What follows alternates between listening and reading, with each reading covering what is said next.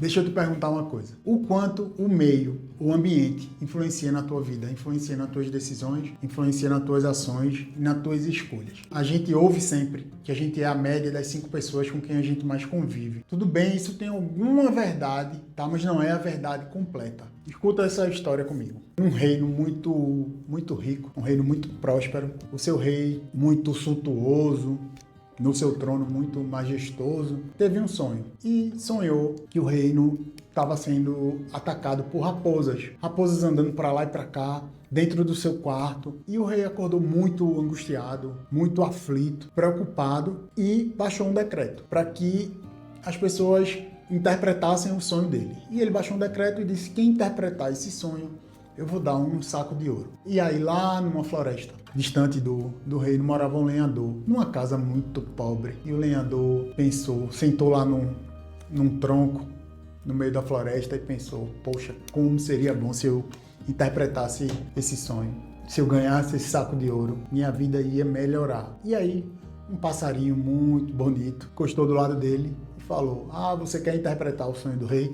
Ele se assustou, logicamente. Se você fala, ele falou: eu não só falo, como eu interpreto sonhos. Mas se você quiser saber o sonho do rei, a gente precisa dividir esse saco de ouro. E aí o lenhador falou: claro que a gente divide. E o passarinho contou para ele. O sonho quer dizer que as pessoas querem trair o rei, certo? As raposas querem roubar o rei. O ambiente do reino está cheio de traição, certo? De malícia para com o rei, de astúcia e planos para tomar esse reino, de alguém quer passar a perna no rei, trazendo para uma linguagem que todo mundo entende.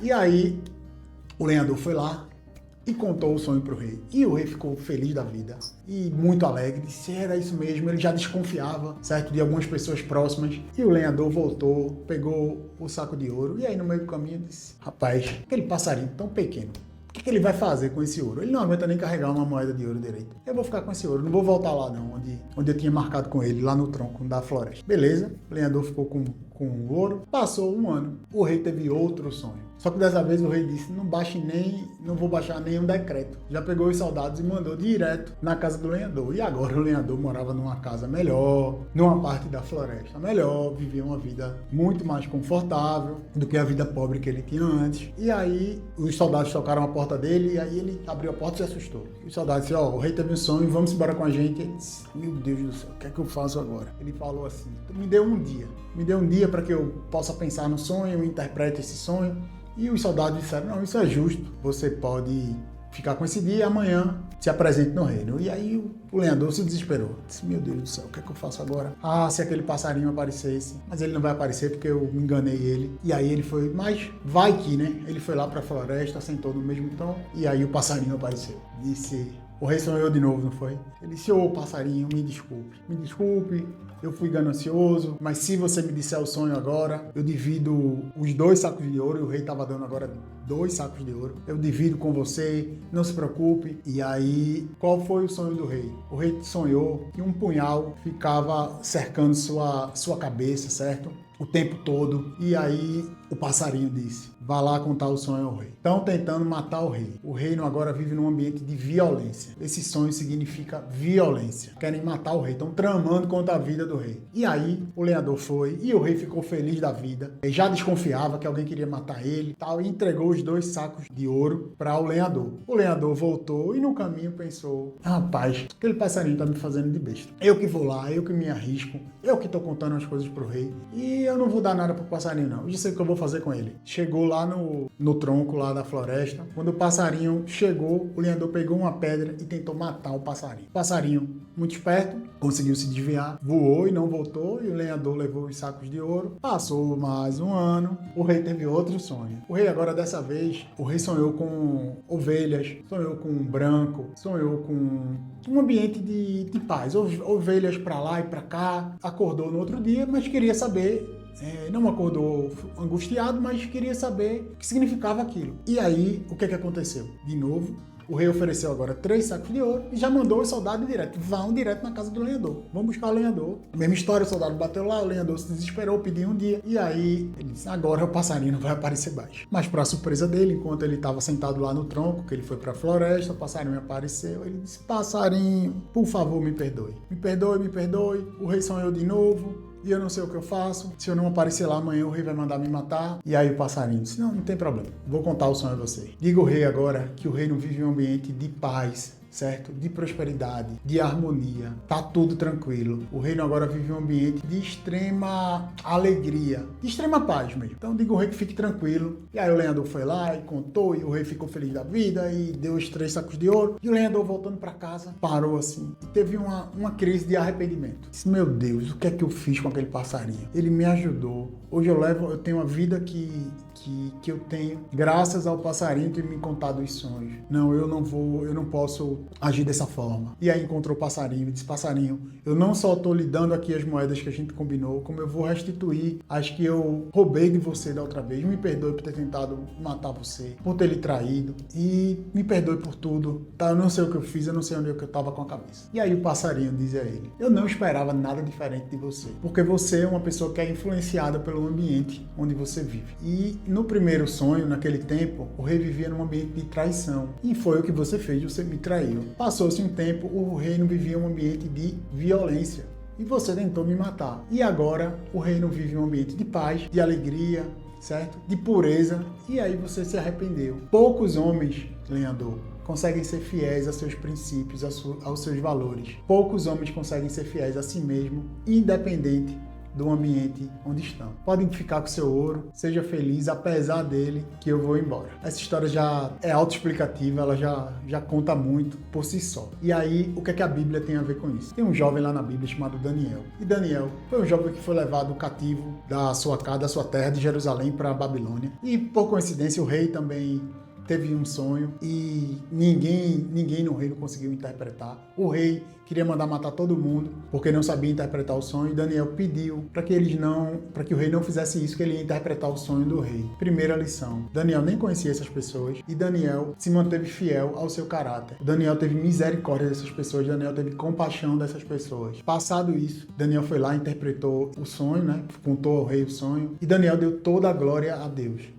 Daniel teve humildade de reconhecer que tudo isso vem de Deus. Deus quem molda nosso caráter. A gente faz nossa parte, a gente busca fazer nossa parte, mas é pela graça dele, é pelo Espírito Santo que habita em nós, é pela capacitação que Deus nos dá. Então, antes disso aqui acontecer, Deus dá um versículo dizendo que Deus concedeu habilidades a Daniel e aos seus 3 amigos que foram levados cativos. Mas isso são como testes nas nossas vidas, em situações que acontecem. Daniel pediu para não matar os sábios, Daniel se manteve humilde, Daniel deu toda a glória a Deus. E lá na frente, esses mesmos sábios que ele pediu misericórdia, pediu ao rei que não matassem, tramaram uma armadilha para que o rei mandasse matar Daniel. Tá? Mas aí é a história para outro vídeo. Tá? A história de Daniel é muito bonita, é uma história cheia de ensinamentos, mas eu queria ficar nesses 3 pontos, sabe? Quem é você quando ninguém tá olhando? Quem é você nas suas decisões? Onde é que Deus entra nesse meio? Nossa natureza é ruim, então a gente precisa aprimorar nosso caráter diariamente e seguir exemplos. Por isso que é importante a leitura da Bíblia, por isso que é importante a oração, por isso que são as coisas mais importantes que existem. Elas não só dizem sobre nossa vida agora, mas elas dizem principalmente para onde a gente vai daqui e sobre nosso futuro na eternidade. Mas a gente está aqui agora. E sobre nossa vida agora, é o papel de Deus na nossa vida, sabe? São os princípios e valores que Ele incute dentro do nosso coração através do seu Espírito Santo em nossas vidas. Então, jovens como Daniel nos inspiram dia a dia a provar que o ambiente não diz quem a gente é, que a gente pode ser fiel aos nossos princípios, aos nossos valores, em meio a maledicência, em meio ao mal que o mundo vive, seja em qualquer ambiente que você viva. Claro que eu não estou dizendo a você que você, por conta disso, você pode frequentar, você deve ir para todo lugar. Não, a gente deve escolher bem os lugares que a gente frequenta, as pessoas que a gente convive, as coisas que a gente consome, tá? Eu falo consumir visualmente, eu já falei isso aqui em outro vídeo, mas tudo que a gente consome, isso vai alimentando e claro que vai externando aquilo que a gente é. Então, se a gente tem uma vida de oração, se a gente tem uma vida de leitura da palavra, se a gente mantém uma vida de busca de santidade. Santidade não é ser santarrão ou ser hipócrita, não. A busca da santidade é tentar se separar o tempo todo, tentar ficar mais próximo de Deus e separado do mundo, na contramão do mundo. Isso é se manter, é tentar buscar a santidade, é ser separado e buscar a santidade no alimento, sabe? Na leitura da Bíblia, na oração, em tudo que você consome. E o mais importante, isso aqui a gente não consegue por força própria.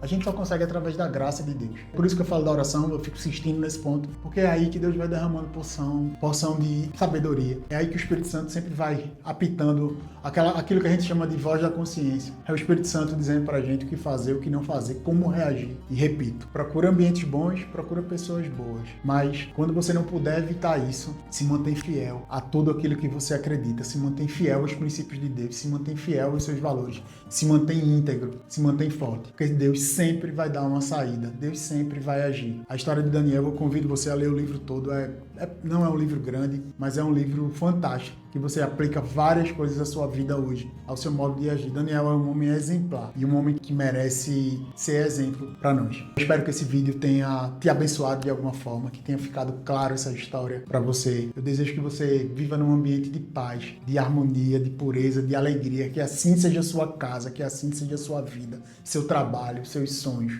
Que assim seja seu dia a dia. Que Deus abençoe muito a você. Tá? Não esquece de curtir o vídeo, de compartilhar. Se você está gostando, envia para alguém. Deixa um comentário aqui. Se você tem algum tema para me sugerir, alguma coisa que você queria que eu abordasse, fala aqui comigo. Vai ser legal receber esse feedback, saber se vocês estão gostando. E é isso, gente. Que Deus abençoe. Toda semana tem vídeo novo aqui no canal. Fiquem com Deus.